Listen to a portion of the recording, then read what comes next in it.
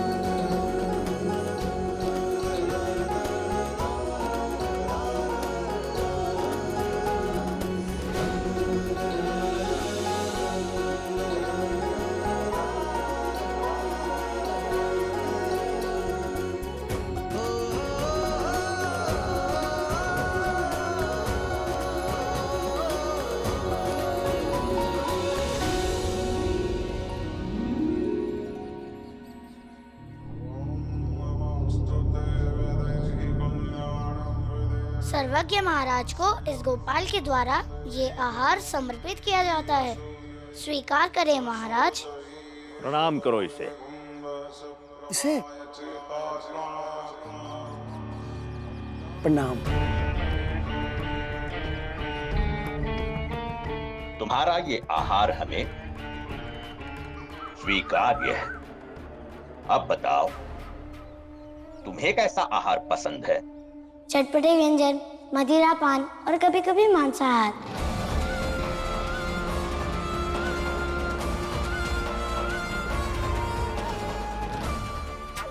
महाराज, ये बुद्धिमान है या भ्रष्ट है? इतनी दूर से आप इससे मिलने आए? महाराज, आपने इसे प्रणाम करने के लिए कहा। ये क्या धर्म की रक्षा करेगा महाराज? ये कैसी धृष्टता है गोपाल? महाराज जी हमारे लिए प्रभु के समान है और संतों को ये सब खाना वर्जित है। तुम्हें इसका ज्ञान नहीं है क्या? सर्वज्ञ महाराज ने मेरी पसंद पूछी थी। यह सब मेरी पसंद है, परंतु मैं इन्हें खाता नहीं, क्योंकि मैंने अपने जीवन का चुनाव इस तरह से किया है कि यह सब वर्जित है। और पसंद होने के बाद भी वर्जना को मानना ही तो अनुशासन है, और अनुशासन ही तो मनुष्य को महान बनाता है। अपनी मान्यताओं की सुरक्षा के लिए किसी भी व्यक्ति को किस हद तक जाना चाहिए? उस हद की कोई परिभाषा नहीं है महाराज, क्योंकि मनुष्य जात का गौरव इस बात से है कि वह अपनी मान्यताओं को कैसे संभालता आया है। और अगर कोई व्यक्ति अपनी मान्यताओं को तोड़ने की कोशिश करे तो उस व्यक्ति को सख्ती से नहीं, बल्कि उनमें अपनी मान्यताओं में विश्वास जगाने की रणनीति बनानी चाहिए। जैसे नदी नाले ताल तलैयाओं का अस्तित्व तभी तक रहता है जब तक वह समंदर में ना मिले। एक बार मिल गए तो अस्तित्व विहीन हो जाएगा। तुम छोटी जाति और बड़ी जाति को कितना मानते हो? इतना कि अगर पता चल जाए कि आप छोटी जात के हैं और मैं बड़ी जात का होकर भी आपको भोजन परोस रहा हूँ, तो मैं आपका वध कर दूंगा।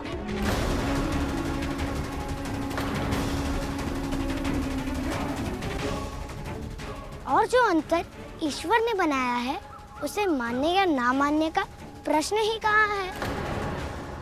वो तो है अद्भुत, अद्भुत। तुम्हारी इस तर्क शक्ति से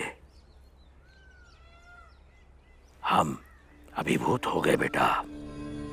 तुम भी चलो हमारे साथ, सातारा चलो। पर महाराज, पहले आप प्रसाद तो ग्रहण कर लीजिए। अवश्य करेंगे ग्रहण, किंतु हमारा कार्य संपन्न होने के बाद। जो आज्ञा महाराज। तुम्हें भी चलना होगा हमारे साथ, क्योंकि तुम्हें इस बालक के साथ रहना होगा, ठीक उसी तरह जैसे उस भीमराव के साथ राम जी रहता है। चलो। अवश्य महाराज। सर्वज्ञ महाराज की जय। सर्वज्ञ महाराज की जय।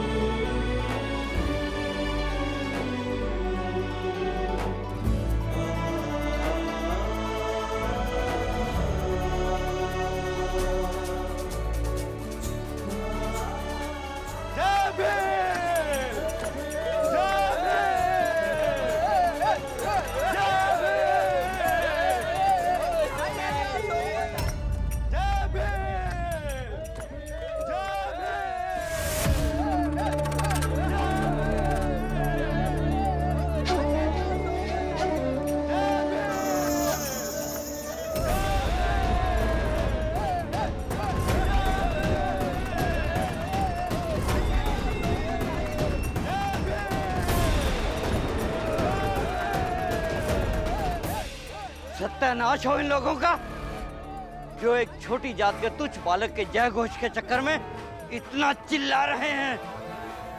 जिसे आप उन सबका चिल्लाना कह रहे हैं,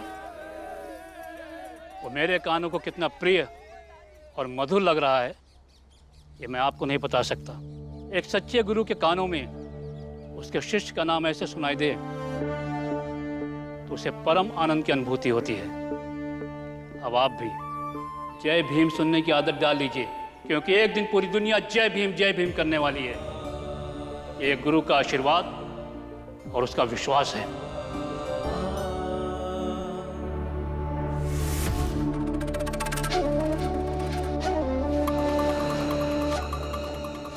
पालते रहो गफलत, जय भीम को पराजित करने की विधि महाराज लेकर आ ही रहे होंगे।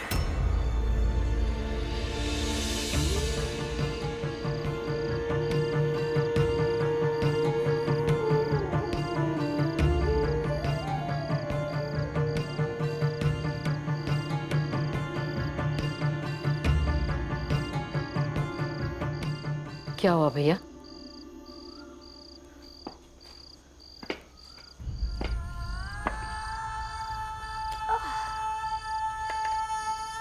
क्यों ऐसे अकेले में आकर बैठे हो? क्या सोच रहे हो भैया? जीजाबाई के बारे में सोच रहा हूं, जहां आज भीम के जन्मदिन पर पूरी बिरादरी खुशी से नाच रही थी और वहां मेरी पत्नी ऐसे मुंह बनाकर बैठी थी जैसे कोई घर में मातम छा गया हो। छोड़ो भैया, आप जानते हो ना उसका स्वभाव कैसा है। हाँ, लेकिन अब उसे अपना स्वभाव बदलना होगा। वो पूरे घर परिवार से अलग नहीं है कि सबसे अलग चलेगी। अगर वो मानती है कि ये घर उसका है, तो इस घर की खुशियां, इस घर के गम, वो भी उसे मानने पड़ेंगे। और वो दुनिया के सामने जताया ना करे कि वो सबसे अलग थलग है।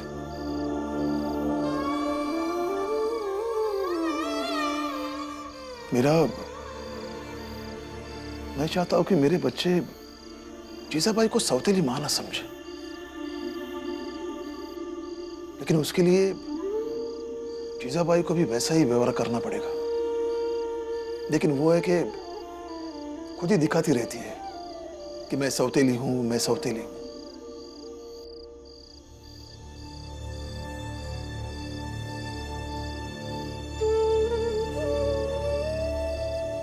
मेरा आज भीमाबाई की बहुत याद आ रही है। याद आ रही है वो रात, जिस रात भीम पैदा हुआ था। आपकी घरवाली की हालत सही नहीं है, जच्चा बच्चा दोनों जान खतरे में हैं।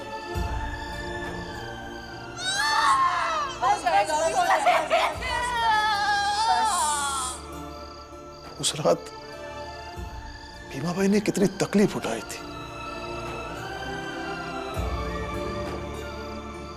आज भी सोचता हूं तो रोंगटे खड़े हो जाते हैं। बस बस भाव आता ही होगा। बस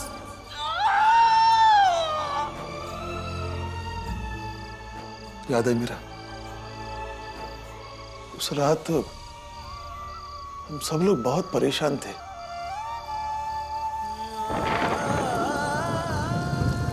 डॉक्टर ने जी, दरवाजा खोलो डॉक्टर ने जी। हाँ, और तभी आया हमारी परेशानियों को खत्म करने वाला हमारी सुबह का सूरज भीमराव।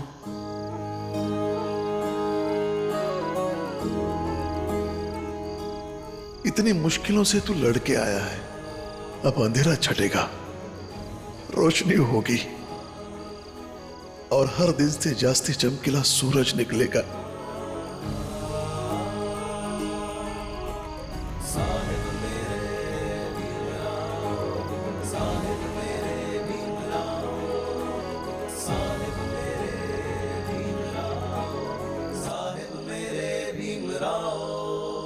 आप दोनों यहाँ हैं, तो आई कहाँ है?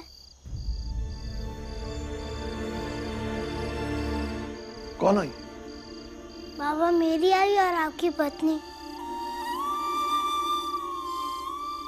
आज मेरा जन्मदिन है। मैंने उन्हें उदास देखा तो मैंने सोचा अकेले में जाके उनकी उदासी का कारण पूछता हूँ। भले ही मैं उन्हें आई नहीं कह पाता हूँ, लेकिन जन्मदिन के दिन आई को आई ही कहना चाहिए।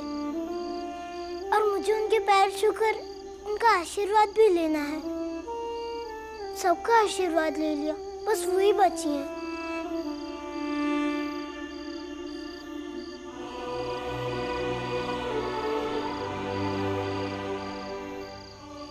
देखा,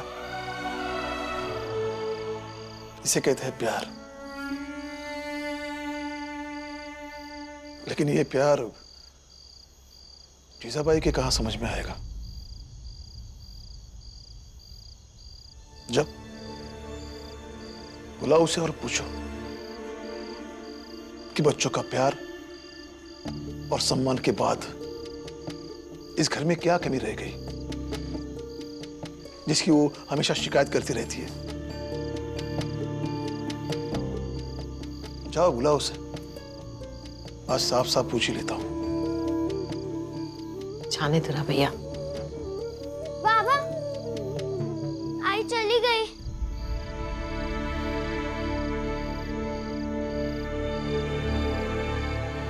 मतलब? कहाँ चली गई? बाबा, मानिक काका जब स्टेशन की तरफ से आ रहे थे तो उन्होंने उन्हें देखा और बताया कि आई एक पोटली लिए स्टेशन की तरफ बहुत तेजी से जा रही थी। बाबा, मैं स्टेशन जाता हूँ, उन्हें अभी लेकर आता हूँ। नहीं, जीजाबाई को लेने कोई नहीं जाएगा। उसे आना है तो आ जाएगी। जिसकी भागने की नीयत हो उसे चाहे जितना पकड़ो वो भाग जाता है।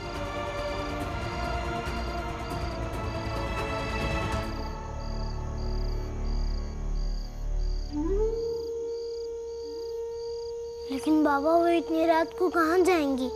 बंबई जाएगी, अपने बाबा के पास। उनके सिवा जीजाबाई का इस दुनिया में कोई नहीं है। लेकिन बाबा, वो गुस्सा होकर गई है और शायद वो मुझसे ही नाराज होंगी। मैं उनसे माफी मांग लूंगा तो शायद वो आ जाए। इसलिए बाबा, हमें जल्दी से स्टेशन जाना चाहिए। नहीं बेटा,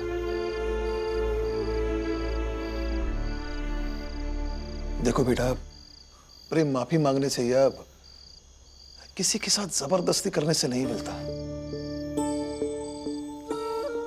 प्रेम दिल से निकलने वाली एक नदी है। ये नदी जिस दिन जीजाबाई के भीतर से निकलने लगेगी तब वो खुद ब खुद आ जाएगी।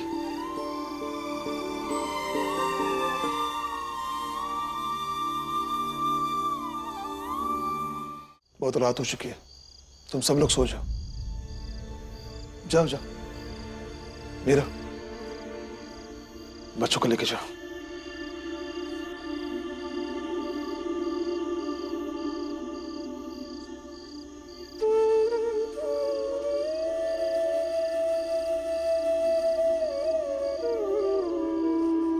सेठ जी, पुराना सेठ राम जी के साथ ठेले पर घूम घूम कर दाल चावल बेच रहा है। तो तुम भी बेचना शुरू करो। सेठ जी, बात ये नहीं है, बल्कि बात ये है कि राम जी उसके साथ है और राम जी बहुत बुद्धिमान है। वो ठेले पर बिकवाते बिकवाते आपकी दुकान खरीदवा सकता है। अच्छा, तो फिर राम जी जैसा एक बुद्धिमान आदमी ढूंढो जो हमारा धंधा बढ़ाए।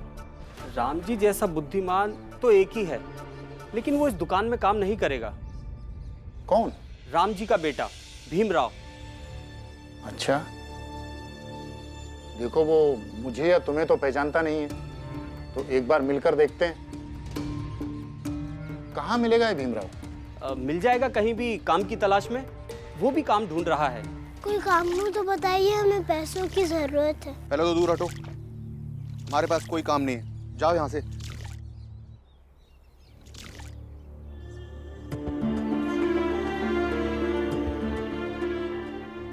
भीम, जब तक आई जिंदा थी तब तक तो सिर्फ बाबा ही काम करते थे ना, लेकिन अभी बाबा के साथ साथ बाला भैया भी काम करते हैं और मुझे भी कुछ ना कुछ काम मिल ही जाएगा। फिर तू क्यों काम ढूंढ रहा है भीम? भीम, तुझे ऐसा नहीं लगता कि तुझे बस अपनी पढ़ाई पर ध्यान देना चाहिए? नहीं आनंद भैया, आई के जाने के बाद सब कुछ बदल गया है। बाबा की दूसरी शादी हो गई है और बाबा की नई पत्नी का स्वभाव तो आप जानते ही है ना, और इसलिए हम सबको अपना जीने का स्वरूप बदलना चाहिए। हाँ, वो सब ठीक है भीम, लेकिन कोई हमें काम कहाँ दे रहा है? मैं दूंगा काम।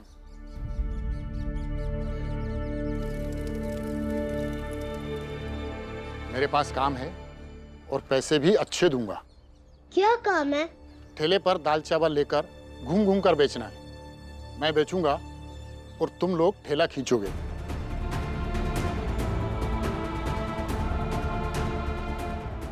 ठीक है, हम तैयार हैं। लेकिन मुझे एक वचन चाहिए। तुम दोनों काम छोड़कर भागोगे नहीं। तुमसे पहले जो था वो भाग गया और मैं दूसरा ढूंढने में परेशान हो जाता हूँ।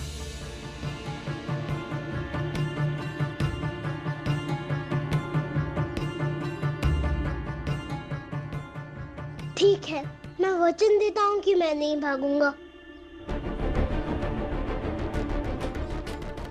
राम जी, अब तुम्हारा प्रतियोगी तुम्हारा बेटा होगा।